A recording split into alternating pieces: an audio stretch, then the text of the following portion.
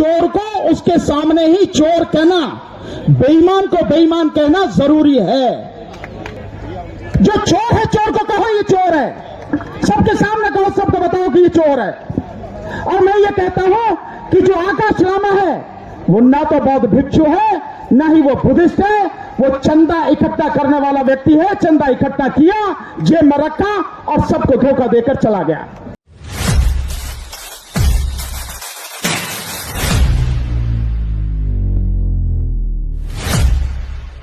मेरे समाज के समस्त साहसी साथियों, बुजुर्गों, नौजवानों, आप सभी को मेरा नमो बुद्धाय, जय हिंद।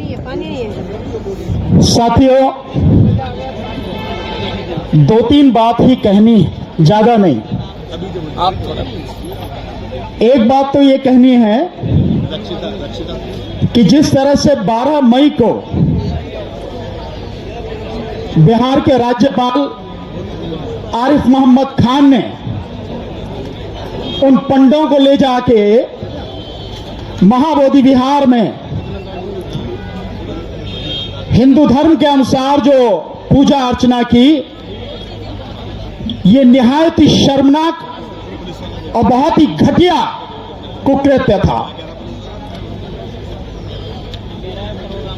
मैं सोचता था कि आरिफ मोहम्मद खान मुसलमान है, लेकिन मुझे पक्का विश्वास है कि कोई मुसलमान ऐसा काम नहीं कर सकता।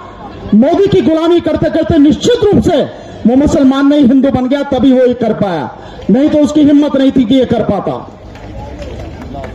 लेकिन ऐसा करके वो ये ना सोचे कि वो गवर्नर है तो जो भी कर देगा उसे बर्दाश्त कर लिया जाएगा। इसे किसी हालत में ना भूला जाएगा, ना ही बर्दाश्त किया जाएगा।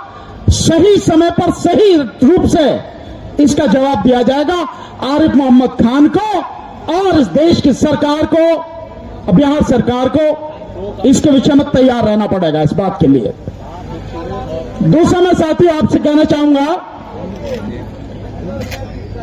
देखिए हम लोग कई बातें जो जहां करनी चाहिए वहां ना करके जहां नहीं करनी चाहिए वहां हम करते हैं। जब कल और परसों 2 दिन का राष्ट्रीय अधिवेशन हो ही रहा है तो फिर क्या करना है क्या नहीं करना है वो विचार यहां करने का मतलब क्या है? कुछ चौराहे पर रणनीति बनाई जाती है क्या? योजनाएं चौराहे पर बनाई जाती हैं क्या? कभी देखा आरएसएस को आपने? कभी देखा आपने मोदी को? नोटबंदी की और उसको फाइनेंस मिनिस्टर को पता नहीं कि नोटबंदी कर दी। अब इन चीजों को समझने की कोशिश करो साथियों। सो हमें जहां काम करना है जो वही उसे करने की जरूरत है। दूसरी बात यह है कि चोर को उसके सामने ही चोर कहना, बेईमान को बेईमान कहना जरूरी है। और यहां जब कोई नेगेटिव बोलता है इस बात को तो कोई सज्जन यहां आके खड़ा होकर कहता नेगेटिव मत बोलो। क्यों नहीं बोले भाई नेगेटिव? अगर नेगेटिव सुनने की बोलने की हिम्मत ही नहीं है तो काहे को ऐसी मीटिंग करते यार मेरे? जो चोर है चोर को कहो ये चोर है, सबके सामने कहो, सबको बताओ कि ये चोर है। और मैं ये कहता हूं कि जो आकाश लामा है वो ना तो बौद्ध भिक्षु है, ना ही वो बुद्धिस्ट है, वो चंदा इकट्ठा करने वाला व्यक्ति है। चंदा इकट्ठा किया, जेब में रखा और सबको धोखा देकर चला गया। इसे कहने में दिक्कत क्या किसी को? वो लामा नहीं है, बुद्धिस्ट नहीं, लामा नहीं है। दार्जिलिंग की तरफ वहां की एक गोरखा कम्युनिटी में ये लामा कम्युनिटी है, उससे जुड़ा हुआ व्यक्ति है। ये लामा उसका टाइटल है, इस चीज को समझने की जरूरत है। टाइटल है ये उसका, वो बुद्धिस्ट नहीं है और बहुत भिक्षु नहीं है। और जिस तरह से लोगों ने पैसा दिया, मेरे समाज के लोग भी बड़े भोले हैं।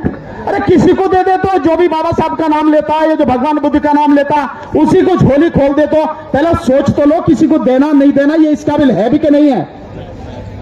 अभी है बात हुई, 3 आंदोलन हुए, ये तीसरा था जो फेल हुआ। इससे पहले भी जो आंदोलन थे हम उन सब में शामिल रहे, बहुत मजबूती के साथ शामिल रहे। नतीजा क्या है? 0, 0 नतीजा है। और सारे के सारे बिके, सारे के सारे, कोई बिका जाके बना। अब उसका माइनॉरिटी कमीशन का जो चेयरमैन बन गया। मतलब कुछ ना कुछ जब कुछ हुआ, पैसा और पद इसी के लालच में बिकते रहे, तो तुम्हें समझ नहीं आता कब तक धोखे खाओगे भाई मेरे। किसका साथ देना चाहिए, किसका नहीं देना चाहिए, किसको खड़े होने देना चाहिए, किसको नहीं, नेतृत्व किन हाथों में रहना चाहिए, आप इस चीज को समझते क्यों नहीं हो भाई। और अभी यहां अदालत की बात आई, बड़े यार बहुत ही ज्यादा भोले आदमी कह रहे चीफ जस्टिस बुद्धिस्ट है। अगर चीफ जस्टिस बुद्धिस्ट है तो चीफ जस्टिस को अपने आप सुमोटो एक्शन लेते हुए, संविधान में पूरी पावर है इस बीटी एक्ट को अपने पास इसका मुकदमा लेके और इसे डिसमिस करके खत्म कर देना चाहिए, क्योंकि यह संविधान में दिए गए मूल अधिकारों का अनुच्छेद 25 से लेकर 28 के बीच का सीधा सीधा उल्लंघन है। क्यों नहीं किया? अगर वो बुद्धिस्ट है तो उसे इतना मालूम नहीं है। कितने भोले आदमी हो आप लोग। और अभी अभी मुझे पता लगी वहां पे जो केस चल रहा है किसी ने डाला है, हमें नहीं पता किसने डाला। अदालत जाने में बड़ी तेजी करते हैं लोग बाग, पता है नहीं कुछ भी अदालत के विषय में, लेकिन बड़ी तेजी करते हैं। तो मुकदमा डाला गया, वही मुकदमा चीफ साहब ने, वर्तमान चीफ जस्टिस ऑफ इंडिया ने, एक व्यक्ति, एक जज है दत्ता साहब, उनके यहां कर दिया। अगर वो बुद्धिस्ट है तो अपने पास ही क्यों नहीं रखा, डिसाइड कर देते ना वही, क्या दिक्कत थी यार। इन सब बातों से बाहर निकलो। काहे को मतलब क्यों आंख मिच के किसी पे विश्वास कर लेते हो? कोई तुम्हारा नहीं है, इस बात को समझो। तुम क्योंकि लड़ने वाले हो, संघर्ष करने वाले हो, इस देश की सरकार की आंखों की किरकिरी हो तुम।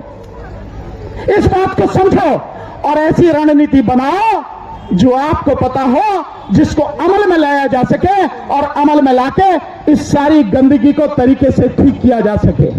तुम्हारे अपने ही तुम्हें ठग रहे हैं, तुम दूसरों की बात कर रहे हो। ये सारी चीजें बहुत तरीके से करो। और मैं भी भिक्षु संघ से भी निवेदन करूंगा, भिक्षु संघ आपसे भी निवेदन ये है, आप भी इस विषय में बहुत ईमानदारी से, बहुत तरीके से, बहुत गंभीरता से इस बात को सोचो, विचार करो, क्योंकि पहले दो आंदोलन दो बौद्ध भिक्षुओं के हाथ में थे। ये बात भी सबको मालूम होनी चाहिए, चाहे भंते सुरेश ससाई जी हो या उनके बाद कोई हो। इन सारी चीजों को समझो साथियों और बहुत तरीके से काम करने का प्रयास करो। ना अदालत तुम्हारी, न सरकार तुम्हारी, न तुम्हारे अपने नेता एमएलए एमपी तुम्हारे। जो कुछ करना है तुम्ही को करना है। अगर कर सकते हो तो यह दृढ़ प्रतिज्ञा करके इसे करो, नहीं तो आराम से घर में बैठो। काहे की दोपहरी में पसीना बहा रहे हो भाई मेरे। मां मुझे तो इतनी बात कहनी है, बाकी बात जो कल होंगी ना, कल और परसों वही कहेंगे मीटिंग में। नमो बुद्धाय, जय हिंद।